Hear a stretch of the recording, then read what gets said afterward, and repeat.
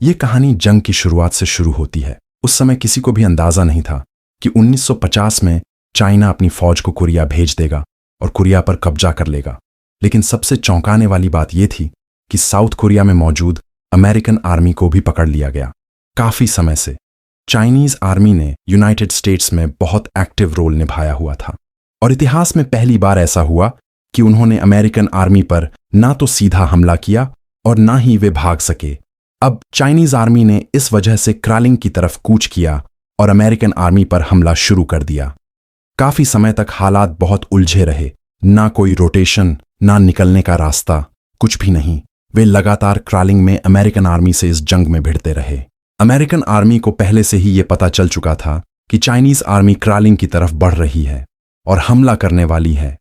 लंबे समय तक चाइनीज आर्मी अमेरिकन आर्मी की हलचल पर नजर रखती रही। तभी उन्होंने देखा कि एक अमेरिकन हेलीकॉप्टर की तरफ 4 अमेरिकी सिपाही बढ़ रहे हैं। अब चाइनीज कमांडर अपने सिपाहियों से कहता है कि अब वो मरने जा रहे हैं और उन्हें पीछे हटने का कोई मौका नहीं है। अमेरिका में सिर्फ एक प्लेन था, लेकिन मजे की बात यह थी कि वे कुछ नहीं कर पा रहे थे। वहीं चाइना में कुछ ही प्लेन बचे थे और वो भी कुछ ज्यादा मदद नहीं कर पा रहे थे। वो हेलीकॉप्टर अब उड़ान भरने लगता है और जहाजों के ऊपर से उड़ता हुआ निकलता है। चाइनीज कमांडर एकदम हैरान रह जाता है जब वो देखता है कि हेलीकॉप्टर हवा में उड़ चुका है। तुरंत वो अपने सिपाहियों को बुलाता है और पूरी फौज को अलर्ट पर भेज देता है। जैसे ही हेलीकॉप्टर उड़ता है, वो दूसरी दिशा में निकल जाता है। पायलट डर जाता है कि कहीं हेलीकॉप्टर पर उसका कंट्रोल न छूट जाए। हेलीकॉप्टर तेजी से दूसरी तरफ जा रहा होता है और उसे संभालना मुश्किल हो जाता है। इस बीच चाइनीज कमांडर बहुत खुश होता है और कहता है कि अब वे आजाद हैं और क्रालिंग की जरूरत नहीं। इसी वक्त चाइनीज सोल्जर्स अमेरिकन पोस्ट की तरफ बढ़ते हैं और हमला करते हैं, लेकिन उन्हें जरा भी डर नहीं होता कि इस जंग की सजा क्या होगी। वे अब आगे बढ़ते हैं और जैसे ही अमेरिका को यह एहसास होता है, वे 2 बड़े वॉरशिप लेकर हमला करने निकलते हैं। अब चाइनीज दूसरी दिशा से बढ़ते हैं और जंग के लिए तैयारी करते हैं। वो अमेरिका पर जोरदार हमला करने वाले होते हैं। एक अमेरिकन हेलीकॉप्टर पर हमला होता है, 2 वॉरशिप्स हमला करती हैं और दूसरी तरफ एक और बम गिराया जाता है। इस हमले में 100 सैनिक मारे जाते हैं, लेकिन चाइनीज कमांडर ने न कोई डर दिखाया न पीछे हटे। दूसरे दिन एक और बम फोड़ा जाता है और हालात को पलटने के लिए जबरदस्त धमाका किया जाता है। इस दौरान चाइना के कई सैनिक मारे जाते हैं।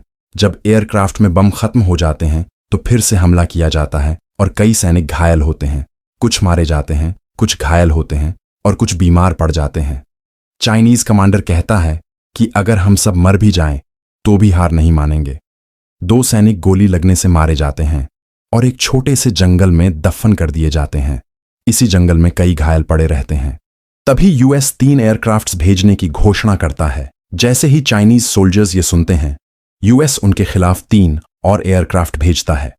दोनों तरफ के एयरक्राफ्ट आमने सामने आते हैं और एक जबरदस्त हवाई लड़ाई होती है। लेकिन चाइनीज कमांडर कहता है कि अगर दुश्मन गोली चलाएगा तो हम भी जवाब देंगे। सभी यूएस ट्रूप्स चाइनीज कमांडर को कहते हैं कि उन्हें अपने देश वापस जाने का कोई रास्ता नहीं मिलेगा। कमांडर जवाब देता है कि वे मर जाएंगे लेकिन पीछे नहीं हटेंगे।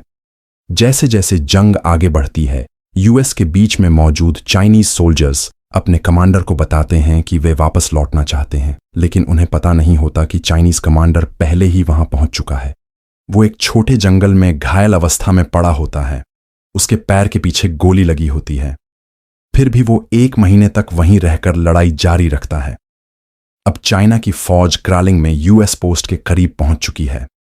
कमांडर को अब टैंक्स से खतरा महसूस होने लगता है और वो उनकी गिनती करवाकर तैयारी करता है। आखिरकार चाइनीज आर्मी अमेरिकन पोस्ट को कब्जे में ले लेती है और वहां काफी समय तक टिके रहती है। उन्होंने बहादुरी से वो पोस्ट अपने कब्जे में किया। दूसरी बार वो उसी रास्ते से गुजरते हैं और 2 गांवों के पास वाले पोस्ट पर भी कब्जा कर लेते हैं। हालांकि इस वक्त चाइनीज सोल्जर्स की संख्या बहुत कम होती है, फिर भी वो दोनों गांवों पर कब्जा कर लेते हैं। जैसे ही ये गांव अमेरिकन सोल्जर्स के करीब आते हैं, अमेरिकी फौज आगे बढ़ना शुरू कर देती है। जैसे ही वो बढ़ते हैं, एक बड़ी लड़ाई की तैयारी की जाती है। आखिर में यूनाइटेड स्टेट्स में मौजूद सभी चाइनीज सोल्जर्स मिलकर इन दो गांवों को एक साथ कब्जे में ले लेते हैं।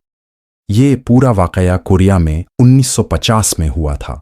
इस जंग में चाइनीज सोल्जर्स ने यूनाइटेड स्टेट्स के खिलाफ कई लड़ाइयां लड़ी, जो आज भी इतिहास में याद की जाती हैं। चैनल को सब्सक्राइब करना ना भूलें।